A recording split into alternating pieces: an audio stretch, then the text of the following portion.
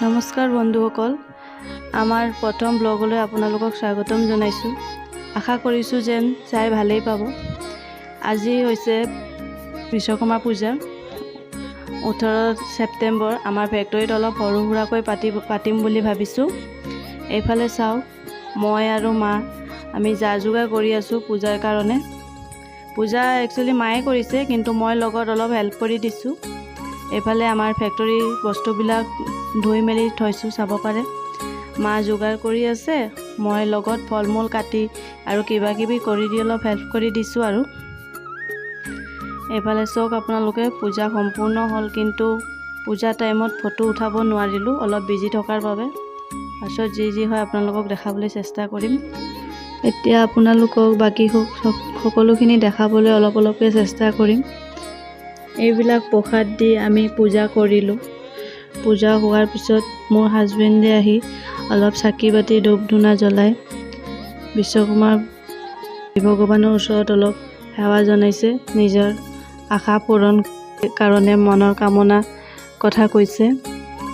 এজন এজনকৈ আহিব।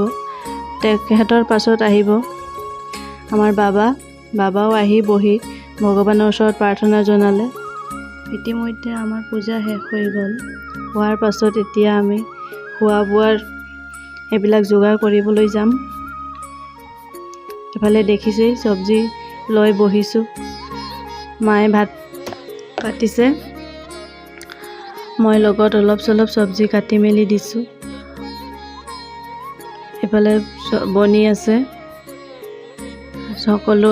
আজি কথা আছিলে আমাৰ বেপাৰীবিলাকে খাব বোলে মাংস ভাত, কিন্তু আজিতো নহ'ব। পূজাৰ কাৰণে আমি নিৰামিষেই খুৱাম বুলি কৈছোঁ। পাছত এদিন সিহঁতক খুৱাব লাগিব। এইফালে চব ৰেডি হৈ গ'ল।